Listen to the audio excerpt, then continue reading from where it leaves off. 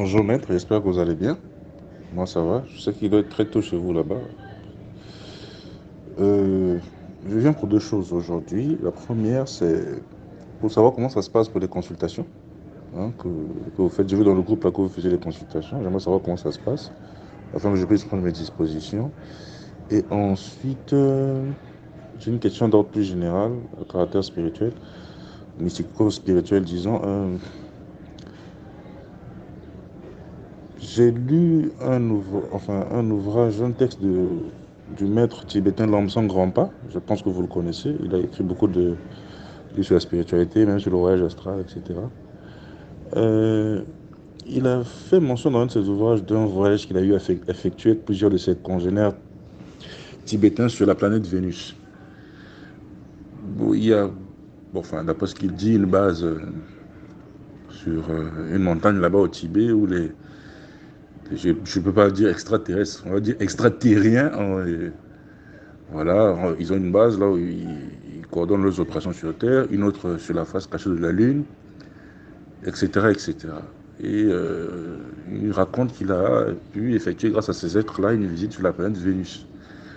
Bon, sauf que, d'après d'après les images que nous ont communiquées des institutions comme la NASA, il n'y a rien sur la planète Vénus. Mais par contre, dans son ouvrage, il raconte bien qu'il y a une civilisation très avancée, aussi bien sur le plan scientifique que spirituel, qui habite cette planète-là. Donc j'aimerais savoir si cette civilisation se trouve sur le plan physique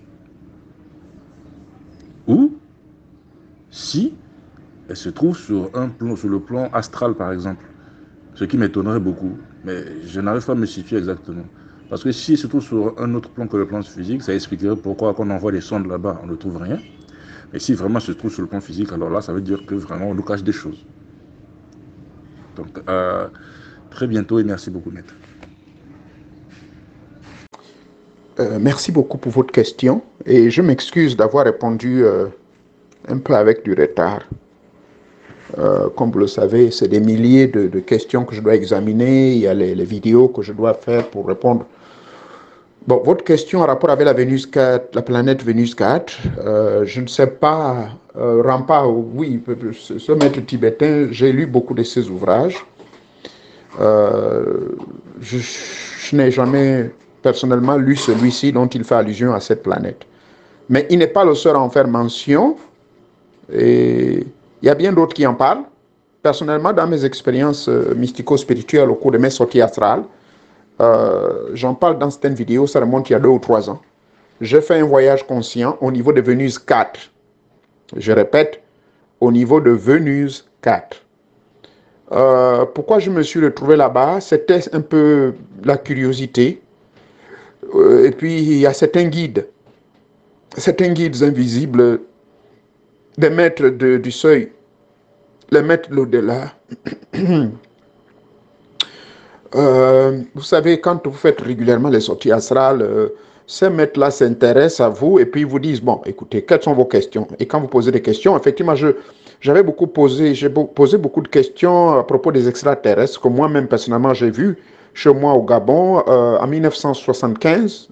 J'ai vu dans la zone de Lambaréné, dans le lac Azingo, j'en ai rencontré des soucoupes volantes qui sortaient des eaux sans bruit, sans rien du tout, à certaines heures de la soirée, entre 18h au coucher du soleil, hein, en 18h, 19h, et je ne voyais pas les passages à l'intérieur. C'était quand même bizarre. Donc, toutes ces questions depuis la jeunesse hantaient mon esprit, et quand je commençais à maîtriser les sorties astrales, et c'est ainsi que j'ai posé ces questions-là dans le monde de l'au-delà. Et les maîtres m'ont amené en esprit. Parce que quand on parle de la sortie astrale, c'est à un niveau, il y a un niveau où vous êtes à un certain degré et vous fusionnez dans ce monde-là, que c'est l'esprit qui s'en va. Et je me suis retrouvé donc dans une planète et on m'a dit que ça s'appelle Vénus 4.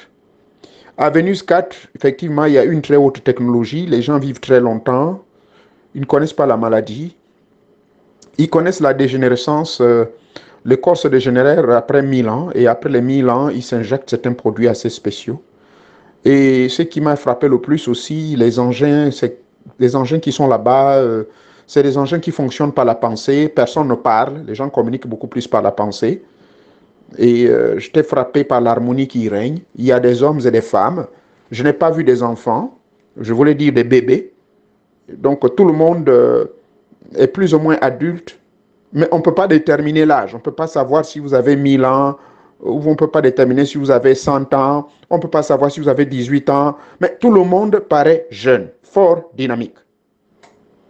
Et c'est des mecs qui ont des tailles moyennes. Je n'ai pas vu quelqu'un qui dépassait 2 mètres de taille. Ils étaient entre 1,50 m à 1,80 m, à peu près comme les terriens que nous sommes.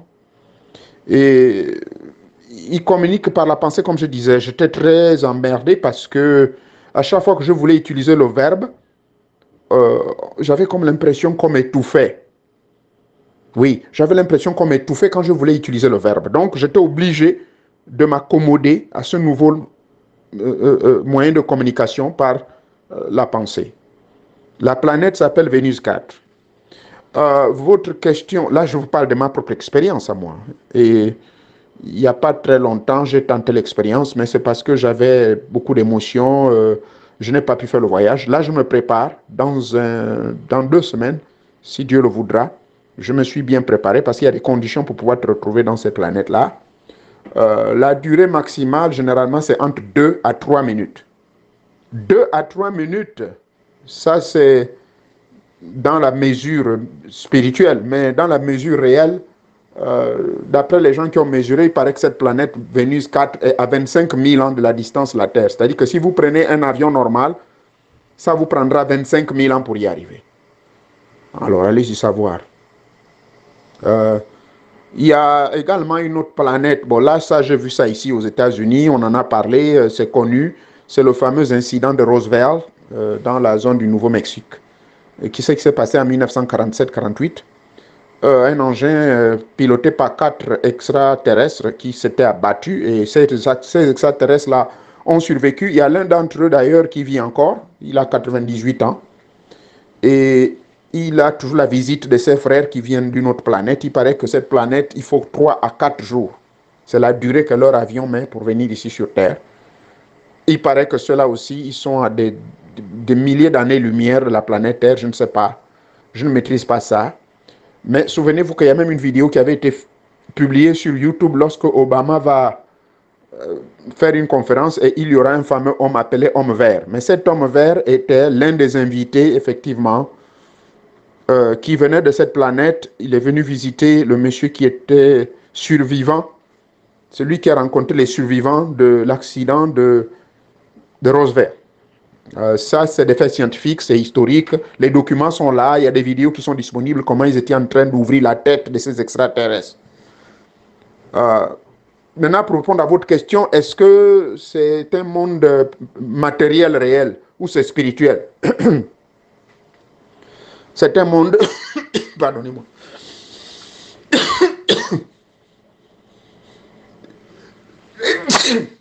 Faites me pardonner. C'est un monde réel, matériel, tout comme la planète Terre, elle est réelle. La planète Mars, elle est réelle. Hein, on envoie des fusées. La planète Jupiter, elle est bien réelle, mais sauf que les scientifiques n'ont pas eu la chance d'aller visiter, par exemple, la planète Saturne ou bien Jupiter. C'est à travers souvent des télescopes qu'ils essaient de nous montrer ce qui se passe. Mais la vitesse du télescope par rapport à la vitesse des rayons cosmiques, quand je parle des enseignements sur les ondes électromagnétiques, lorsque vous avez maîtrisé l'onde de θ et delta, la vitesse du voyage de l'esprit vers les rayons cosmiques, vers les dimensions cosmiques qui se trouvent à des milliards et des milliards de kilomètres de la planète Terre, ça demande des milliers d'années pour y arriver. Vous allez arriver là-bas entre 2 et 3 minutes maximum.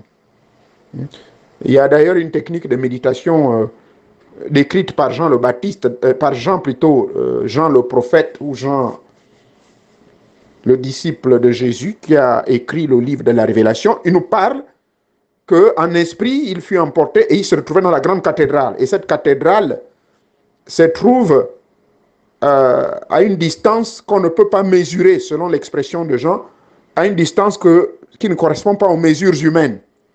Ben, on a fait des recherches spirituelles, on a médité et on a compris que cette fameuse cathédrale est du domaine de là où se trouve Keter, la quintessence divine, l'essence de l'énergie fondamentale de laquelle vient toute vie pour aboutir à Malkout, l'expression même de cette énergie.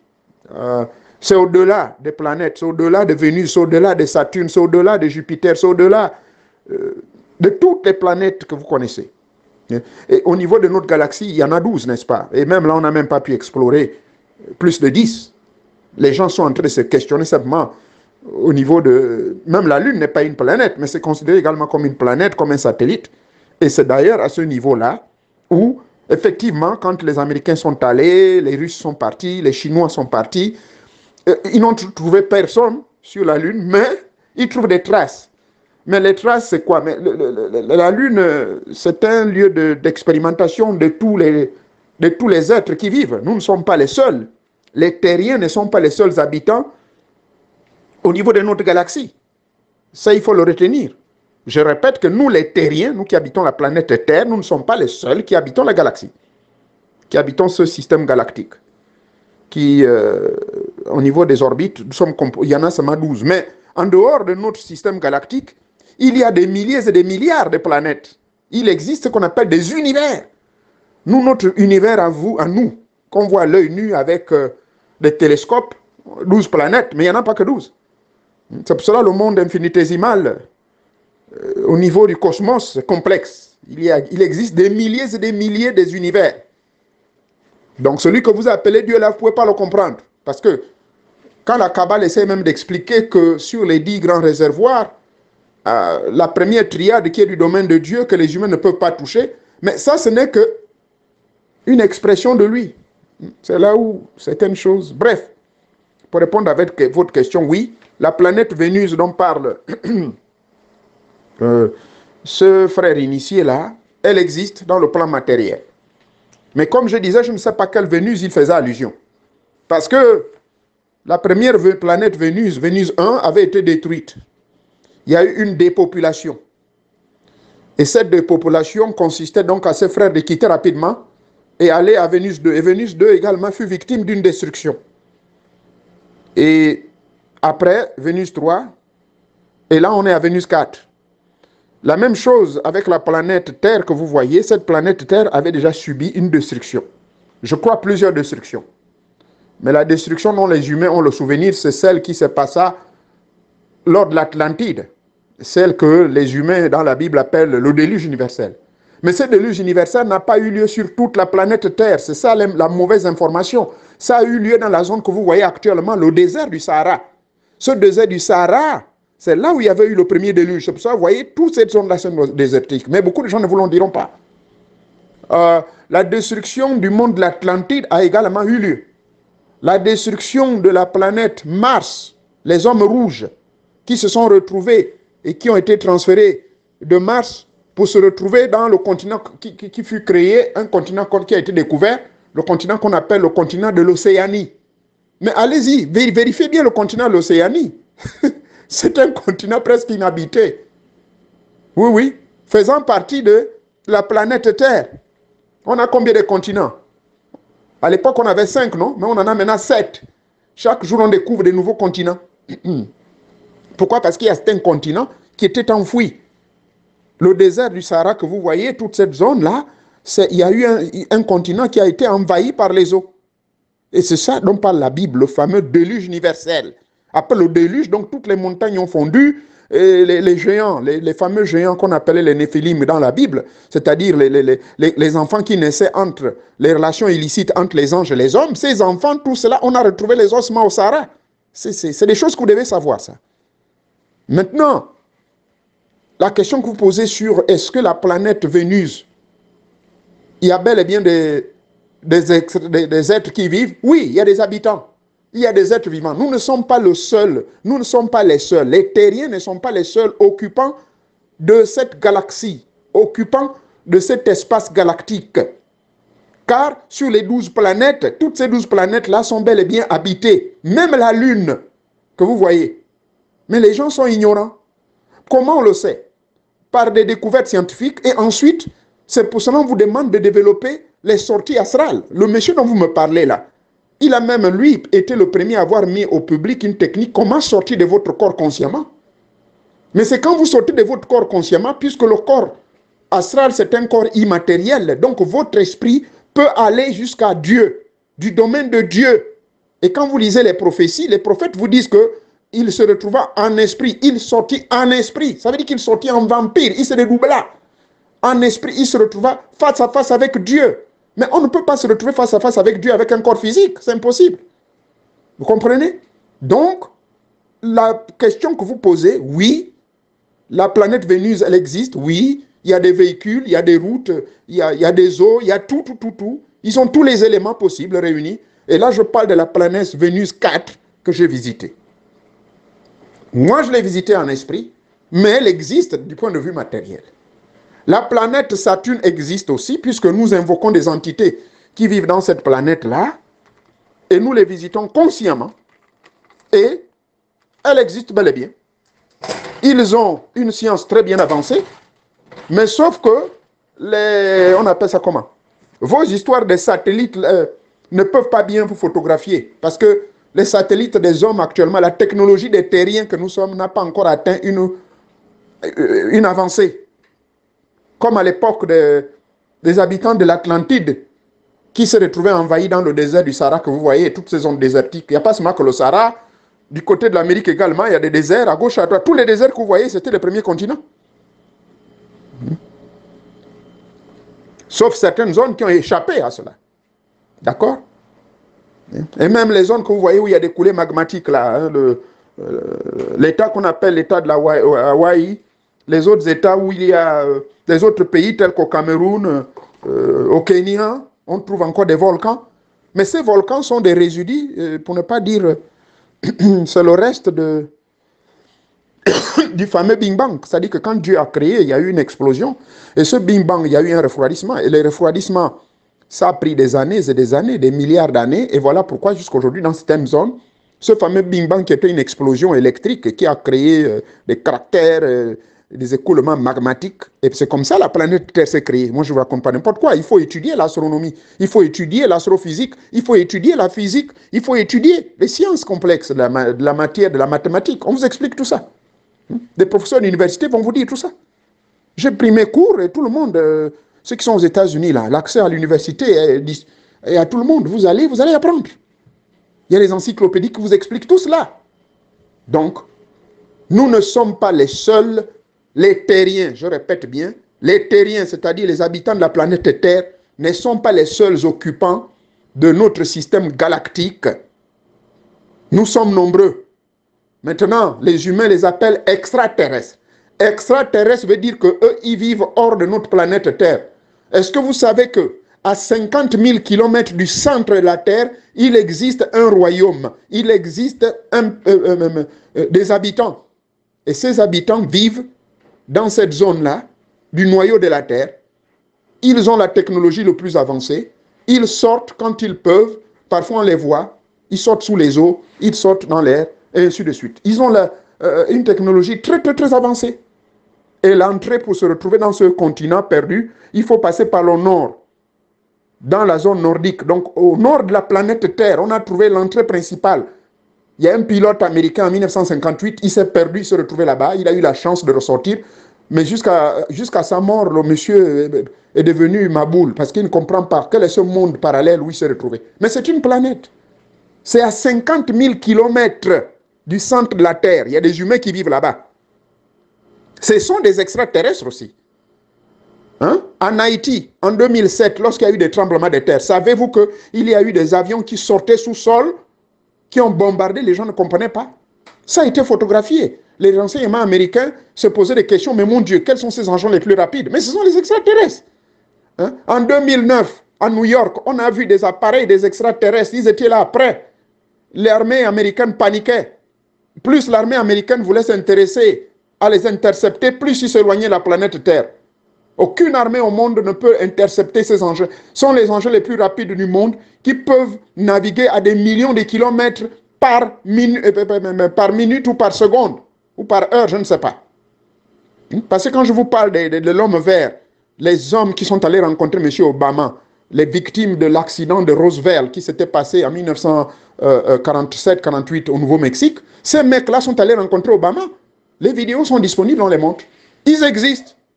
Donc, retenez bien que nous ne sommes pas les seuls qui vivons sur, sur notre galaxie. Hein? Les terriens que nous ne sommes pas les seuls occupants de la planète Terre, de notre espace. Parce que sur les 12 planètes, à Mars, il y a des gens qui y habitent. À Saturne, Jupiter, Vénus, Uranus, eh bien, j'en passe. Et il y a même d'autres qu'on appelle comme des étoiles. Par exemple, les habitants, ceux-là qui étaient... l'accident qu'il y a eu à Roosevelt, ces mecs-là, ils n'habitent pas une planète, ils habitent une zone qu'on appelle une étoile. Une étoile Irish ou quoi, je ne sais pas moi. Un peu semblable à l'étoile Sirius, là où venait la fameuse histoire dont on parle sur Jésus. Bref, je ne vais pas vous amener trop loin. Voilà la réponse que je peux vous donner. Et si vous voulez plus de détails, je peux donner des enseignements dessus. Merci, que Teta Monga vous bénisse. Un détail supplémentaire sur les habitants de notre système galactique. Je le disais tantôt, nous ne sommes pas les seuls habitants. Nous, en tant que terriens, nous ne sommes pas les seuls habitants de notre système galactique. Car il y a d'autres frères qui habitent avec nous. Mais il y a deux modes de communication. Comme eux, ils communiquent, souvenez-vous, dans la première partie de mon intervention, je vous disais que ces gars-là communiquent par un mode opératoire assez spécial. C'est-à-dire qu'ils utilisent les ondes θ et delta. Donc, eux, ils maîtrisent les ondes électromagnétiques supérieures. Lesquelles ondes? Ce qui se trouve au niveau du domaine de Dieu. Ce que vous appelez Dieu. Comment rentrer en communion avec Dieu? Jésus a dit qu'il faut prier en esprit et en vérité. Ainsi, vous pouvez avoir toutes les réponses et toutes les solutions de vos problèmes. Ce n'est pas en criant, mais on prie en esprit et en vérité. Or, prier en esprit veut dire quoi? Mais c'est au niveau de votre mental, au niveau des ondes qu'on appelle les ondes cérébrales. Et ces ondes cérébrales, il y en a deux. Il y a l'onde cérébrale θ et il y a l'onde cérébrale delta. Le θ qui vient de θ Mwanga, donc de θ, l'être suprême, θ en langue grecque et latine veut dire premier. Donc, c'est la première onde qui est injectée vers vous.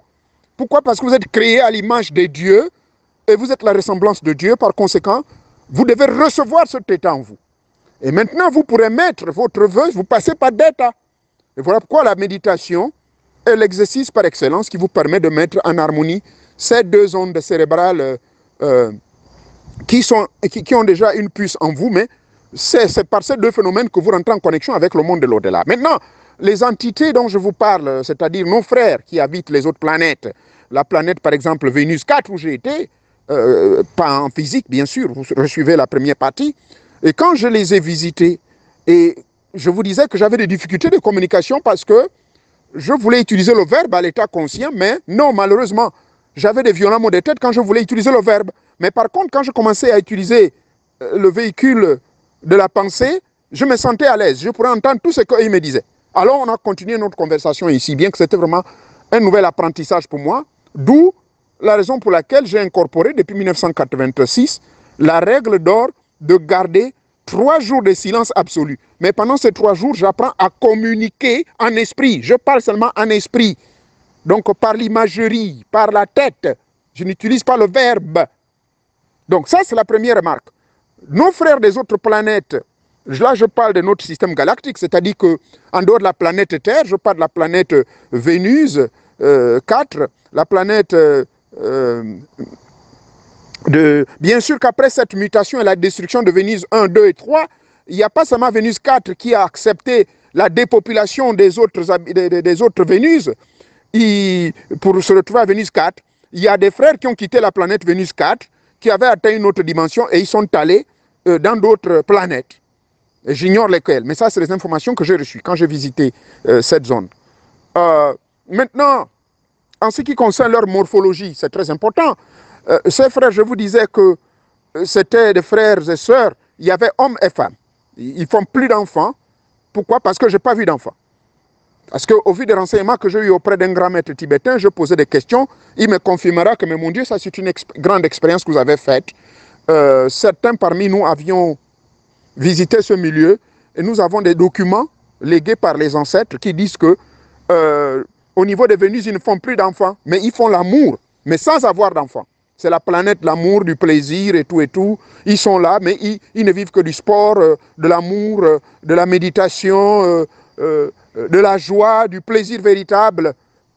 Et voilà comment eux ils vivent. Maintenant, pour ce qui est de leur morphologie, c'est des gens qui mesurent entre 1,50 m à 1,80 m. Ils sont à peu près comme nous, les humains sur Terre. Mais il n'y a pas des gens qui dépassent 1,80 m de taille. Et de deux, leur coloration. La couleur de leur peau, c'est des êtres qui sont gris. Ils sont gris ou ils sont verts. Ils ont une couleur assez spéciale. Et la denture, elle est plus ou moins rouge. Pas vraiment les dents blancs comme nous. Et il y a une séparation au niveau de leurs dents, d'après ce que j'ai observé. Je ne crois pas qu'ils ont 32 dents au-dessus et 32 en bas. Je ne crois pas. Mais ils ont une denture assez spéciale. C'est que les dents ne sont pas séparées comme nous, 1, 2, 3, 4, machin. C'est une autre forme. Les yeux, ils ont des yeux perçants, très puissants, mais remplis d'amour. Vous sentez un remplissage quand vous les regardez, vous sentez que vous vous remplissez d'amour. Vous sentez que vous ne voulez même plus partir de là-bas. À un moment donné, j'étais tellement émerveillé à les regarder que la personne m'a dit « Arrête de trop regarder, sinon tu risques de ne plus repartir sur terre et on risque de te déclarer un homme mort. On trouvera ton corps alors que tu es bien bel et bien vivant. » Oui, vous êtes attiré par leur regard. Regard, vraiment, ils ne connaissent pas la violence. Il n'existe aucune usine où on fabrique les armes. Ils ont des usines où on fabrique des véhicules qui circulent sans bruit. Tout là-bas marche avec la pensée, l'électricité, je ne sais pas comment expliquer. Tout travail se fait par la pensée. Les objets bougent par la pensée. Les gens communiquent par la pensée. C'est un monde tout à fait à part. Là, je vous parle de Vénus 4. Donc, au niveau de la denture. Maintenant, au niveau des pieds, je remarque que les orteils, ils ont les orteils qui sont comme les nôtres. Ils ont 5 orteils. Au niveau des mains, ils ont 5 doigts. Rien d'aussi spécial. Par contre, c'est au niveau du cou. Ils ont des coups très musclés. Et leur aspect physique, ils sont très musclés. Bon, je crois que c'est peut-être normal parce qu'ils ont dit, eux là-bas, ils ne vivent que du sport. Ils ne vivent que de l'amour. Et ils ne vivent que de l'art. Et ils ne vivent que de l'espace. Ils voyagent dans l'espace et le temps. Il y a des routes. Oui, il y a des routes. Je n'ai pas vu d'aéroport, mais il y a des routes. J'ai vu des voitures, j'ai vu des bicyclettes, j'ai vu des motos. Mais une fois de plus, tout ce que je vous dis que j'ai vu, ça ne fait aucun bruit ultrasonique. Donc, il n'y a aucun son, rien du tout. Bon, ceux-là que j'ai vus au niveau du lac Azingo, à distance, des grosses têtes, des yeux gros, bizarres, les nez très plats, couleur un peu noire comme nous, foncée. Ce sont les mêmes qu'on a identifiés lors de l'accident de Roswell au Nouveau-Mexique, là-bas, ici aux États-Unis, en 1947-48. Ben, les mêmes qu'on a retrouvés, les 4 pilotes, il y a eu 2 qui sont morts sur le champ, et 2 survivants. Les 2 survivants ont vécu jusqu'à tout récemment. Mais ils ont considéré ça classified information. Or, tout le monde sait, le gouvernement américain, ce n'est secret de personne. Hein. Ils ont une salle expérimentale qui a combien? Près de 15 km sous le sol, où ils se rencontrent avec ces êtres-là. Et le pilote américain qui était perdu dans les années 1958 avec son avion à l'entrée nordique, comme je vous l'ai dit au début, lui, il est traumatisé jusqu'au dernier jour de sa vie. Il a écrit des livres, il ne voulait même pas en parler de son expérience parce qu'il a été tellement choqué par comment les gens vivent là-bas. L'aéroport est différent, aucun bruit. Les avions atterrissent, son avion même a dû perdre le bruit, on a coupé les hélices et tout. Il est descendu tranquillement, on l'a bien accueilli. Il a passé son séjour là-bas. Il y a le livre qui existe bel et bien. C'est des merveilles.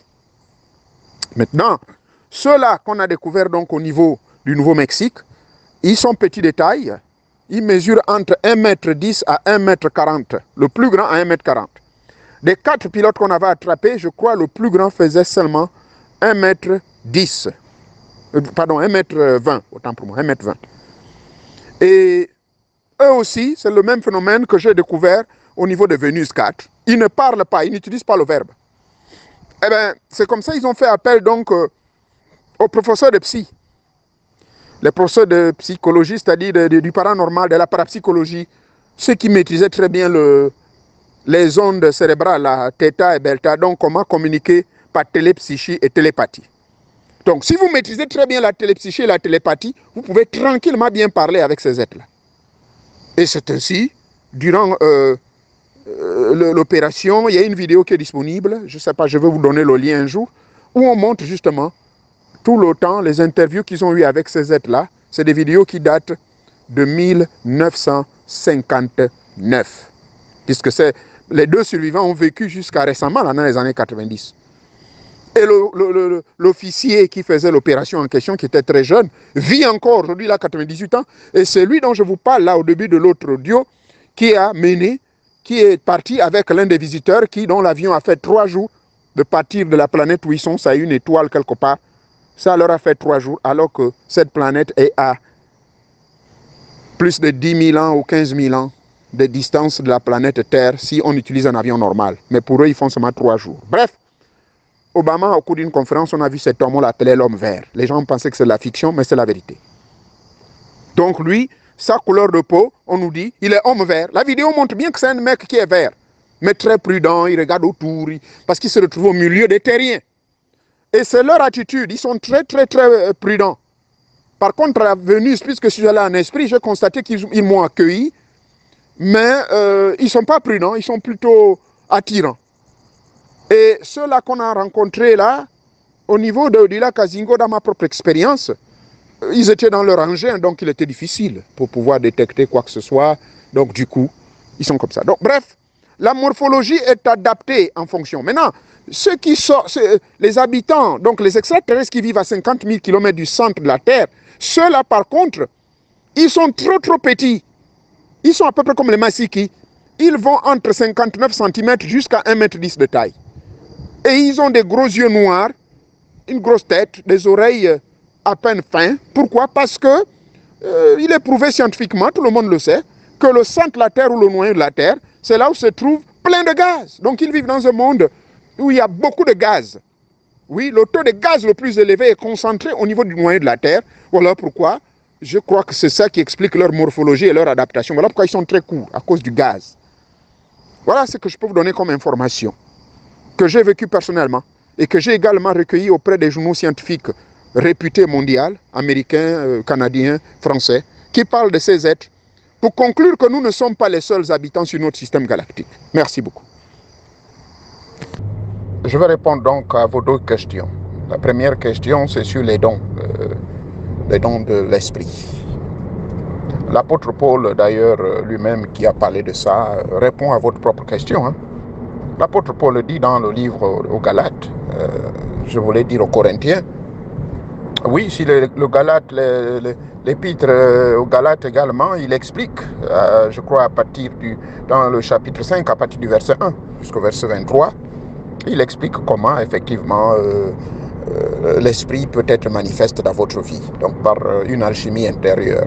Cette alchimie intérieure consiste à faire mourir, à détruire le vieil homme, afin que le nouvel homme, en fait, qui est l'ancien homme qui était endormi, qui a été déprogrammé complètement par les programmations religieuses et doctrinales et tout ça, du coup, il faut le réveil. Et ce réveil, l'apôtre Paul donne la clé dans Galates chapitre 5. Bon, maintenant, aux Corinthiens, là, l'apôtre Paul explique que les dons des langues, il explique ce que c'est les dons de langue. Les dons de langue, c'est-à-dire prier en langue. Moi-même, je le faisais en tant qu'ancien pasteur. Je priais en langue. Je parlais une langue étrangère que je ne comprenais même pas. Mais à un moment, l'Esprit me révélait le sens du message. En tant qu'initié, nous avons analysé maintenant cela. Je suis arrivé à la dimension d'analyse sur cette affaire des dons des langues.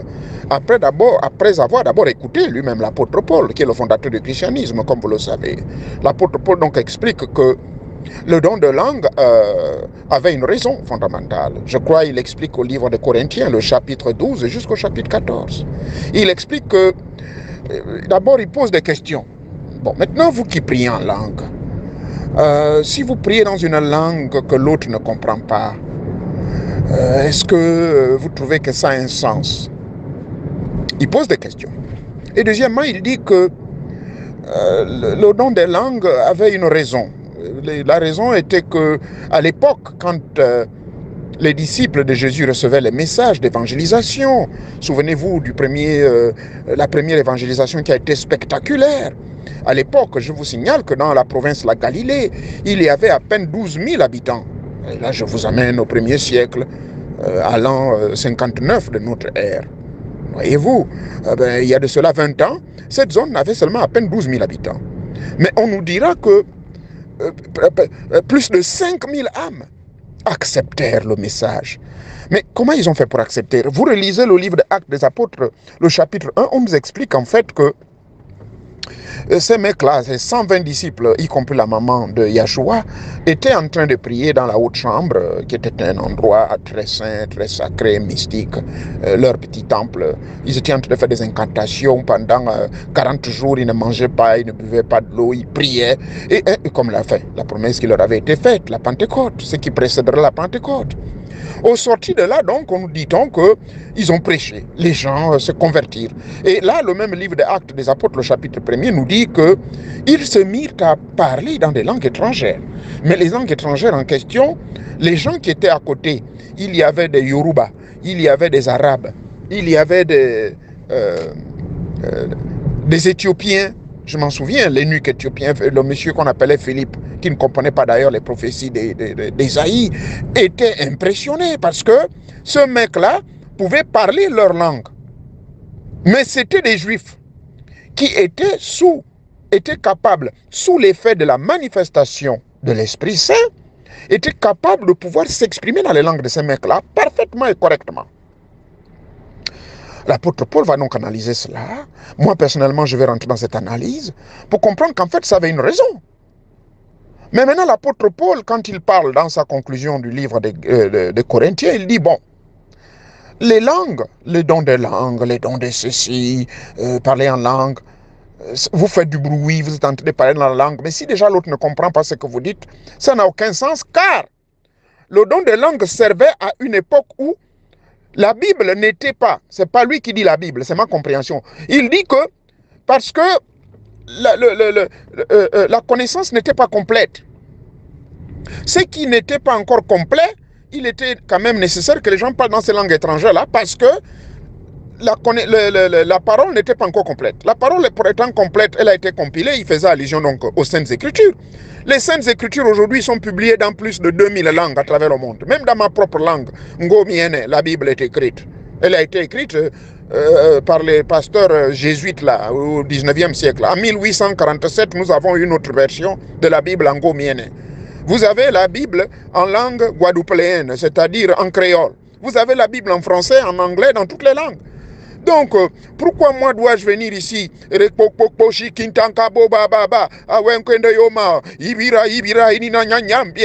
moi je vais dire vous ne comprenez pas le Ngomiene. Mais par contre, la Bible est déjà écrite en français. Seigneur, écoute, reçois cette requête pour que mon frère qui est en Guadeloupe reçoive les bénédictions de la manifestation de ton esprit. Je prie pour que cette puissance soit manifeste. Merci Seigneur. Bon, là je parle dans une langue que vous pouvez me comprendre. Bon, maintenant un Guadeloupéen va prier en langue créole, qui est le broken French, donc du français tordu, enfin tordu, je voulais dire, adapté par rapport à cette triste expérience de l'esclavage. Non, le créole est parlé par la plupart de nos frères des îles. Réunion, Martinique, Haïti, Guadeloupe, je ne sais quoi d'autre. Voyez-vous, le français, quand les pasteurs prêchent chez moi au Gabon, ils prêchent en français. La Bible, elle est écrite en français. Bon, maintenant, vous allez venir là, vous allez dire non, l'Esprit Saint me parle. L'apôtre Paul dit, bon, écoutez, vous parlez dans une langue bizarre comme du tambour qui fait le bruit. Est-ce que vous avez besoin de cela? Vous n'avez pas besoin. Si le Seigneur vous parle à travers le Saint-Esprit, puisque c'est ça ce qu'on appelle le don de langue, vous parlez maintenant dans la langue de l'Esprit que personne ne comprend, ce charabia-là que vous faites. Ça, c'est pour votre propre inspiration, pour votre propre élévation. Voyez-vous? Donc, c'est à vous, sûrement, que le Seigneur s'adresse parce que il veut vous parler dans une langue étrangère. Mais moi, je dis, l'apôtre Paul explique, voilà pourquoi nous avons des interprètes. au sein de la même église. Il y a donc les dons de langue. Dans ces dons de langue, il y a le don d'interprétation. Donc pendant qu'il y a quelqu'un, et surtout ce sont les femmes, qui rentrent en transe, dans cette transe de haute vibration, je ne sais pas si elle est sur de basse fréquence, qui sait, parce que c'est souvent des cas de basse fréquence. L'esprit s'agite, rentre, rakakosho bobobo, rekeke mama, ekoba gesho, wotayogolo, wola, wola, rekeke, igambane chani, keke rakabobobo, shinkitoko mama, mama, mama. Je n'ai entendu des gens dire même des mots chinois dedans. Mais franchement, c'est de la chinoiserie ou de la moquerie? Donc, quand vous parlez, et puis voilà quelqu'un d'autre qui se réveille là-bas qui dit, l'apôtre Paul explique qu'il faudrait que quelqu'un dans la salle puisse se lever et dire « Oh, merci mon frère, merci ma soeur. » Voilà la soeur ce qu'elle veut dire. Elle veut dire que l'Esprit de Dieu, ceci, cela. Ça, c'est dans les années 70, 75, je vous dis. Je voyais ça dans les églises de Pentecôte, mais mon Dieu, c'était toute une ambiance.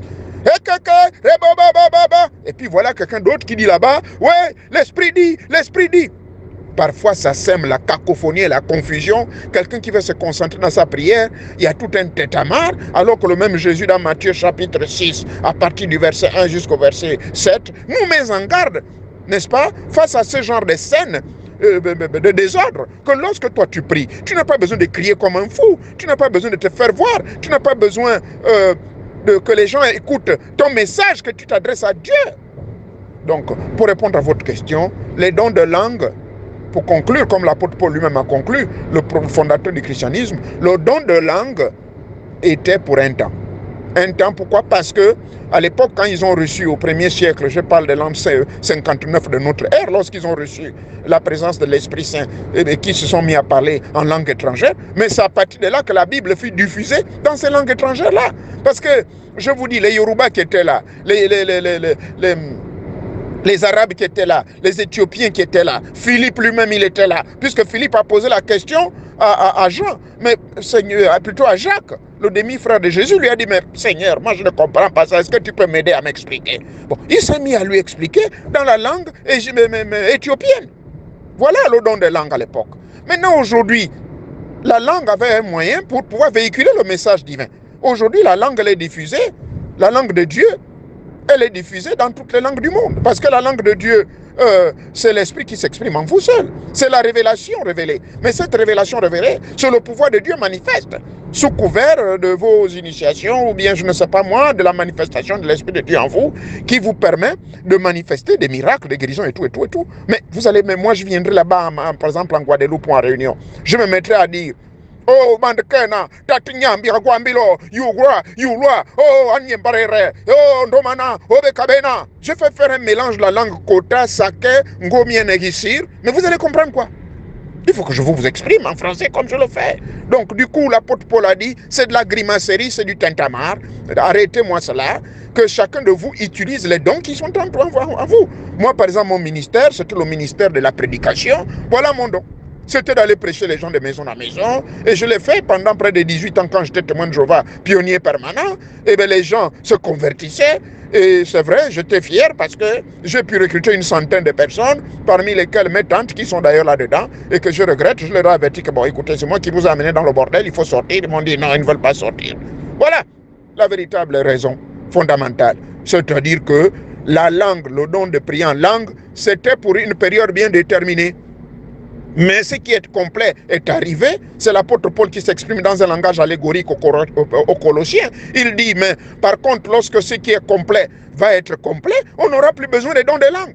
Mais ce qui est complet, c'est quoi? Mais en 325 de notre ère, les Romains ont compilé. Ils ont choisi parmi les 107 livres de la Bible. Ils ont retenu 66. 66 qui correspond, il paraît, au signe de la bête. Bon, ils ne se sont pas rendus compte quand ils ont arrêté 66 petits livres pour constituer la Bible. Parce que Bible veut dire Biblia, ensemble de petits livres. Bon, ils ont arrêté donc ceci afin que la parole maintenant soit disponible à tout le monde. Donc, ce qui est complet a été complet et puis c'est fini. Donc le reste c'est du charabia, c'est du banditisme et de la distraction. Référence, relisez, allez-y dire à nos frères chrétiens de lire Matthieu chapitre 6, parce que c'est pas moi qui le dis, c'est Jésus lui-même qui dit arrêtez votre cinéma. Ce n'est pas en criant comme des fous, en parlant dans des langues bizarres que personne ne peut écouter, que vous allez attirer et changer les comportements des humains. Les gens ont besoin de l'évangile. L'évangile, c'est la bonne nouvelle, the gospel, la bonne nouvelle. La bonne nouvelle, c'est quoi? C'est la nouvelle de vous éveiller spirituellement, de changer vos vies, d'avoir le bonheur, d'être en contact direct avec Dieu, afin que vous soyez cet enfant assez spécial, c'est-à-dire que vous deveniez également fils unique de Dieu, comme le fut celui que les chrétiens malencontreusement sous couvert des Romains dans leur transcription ont dit qu'il n'y a que Jésus qui est fils unique. Non, non, non, et je m'insurge contre ça. Vous êtes également enfant de Dieu. Dès lors que la parole de Dieu se manifeste en vous et Dieu vous parle. Mais il ne vous parle pas sous du charabia ou du banditisme de la distraction. Bon, abordons maintenant l'aspect numéro 2 de votre question. Vous me parlez de vous initier, oui. Les écoles, je crois que vous êtes sûrement nouveau. Est-ce que vous avez suivi mon dernier enseignement? Hein? Allez-y sur ma chaîne YouTube, abonnez-vous. J'explique effectivement que nous avons émis cette intention-là de pouvoir créer une école. Mais la création d'une école, il y a des conditions que YouTube m'a données, il y a des conditions que Facebook m'a données. Allez, je reçu cette vidéo, la toute dernière que j'ai sortie là, et je donne des explications. Les initiations, vous pouvez les recevoir. J'ai des amis qui sont en réunion et qui étaient à Martinique, mais que j'ai envoyé au Gabon. Hein? La Martinique, le billet d'avion jusqu'à Paris et Paris-Libreville, ça ne coûte pas plus de 700 €.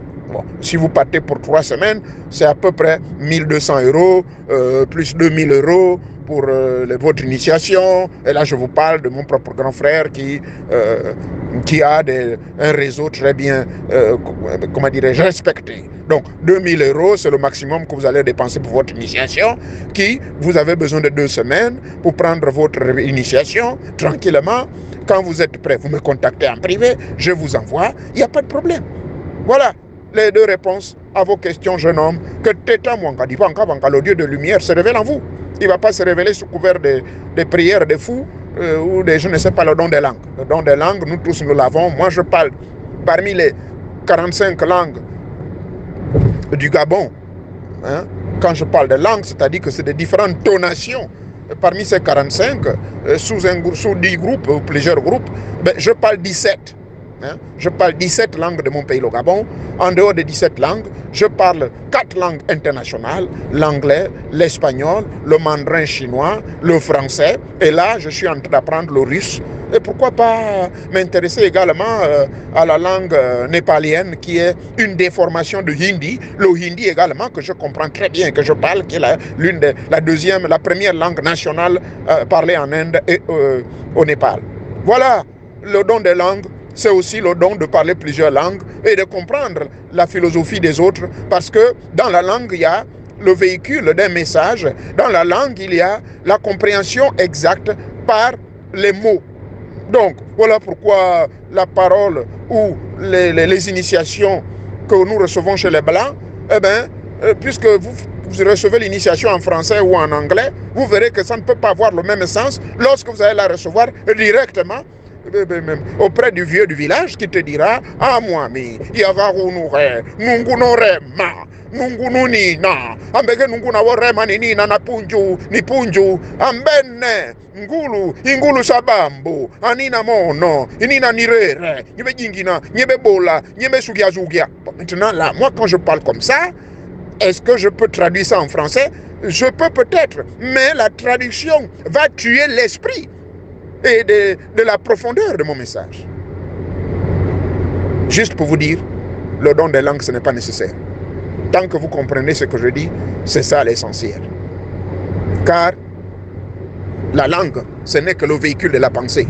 Les esprits de l'au-delà ne parlent pas des langues, mais les esprits de l'au-delà, quand vous allez faire vos rites, si vous parlez en créole, si vous parlez en français, ils vous comprennent. Ils ne comprennent pas parce que, à cause de la langue, eux, ils ne comprennent pas les langues, mais ils comprennent la langue de Dieu. Mais la langue de Dieu qui est en vous, c'est la pensée. Parce que je vous l'ai dit dans un enseignement que les esprits de l'au-delà communiquent avec vous en pensée. Voilà pourquoi je vous encourage de bien étudier la méditation, hein, surtout les techniques de télépsychie et de télépathie. Apprenez à communiquer en esprit avec les esprits. Parce que moi, quand j'étais à Vénus 4, je parlais avec eux en esprit. Et c'est depuis là que j'ai eu un challenge. Quand je suis parti là-bas, j'avais des difficultés de communiquer avec ces mecs-là.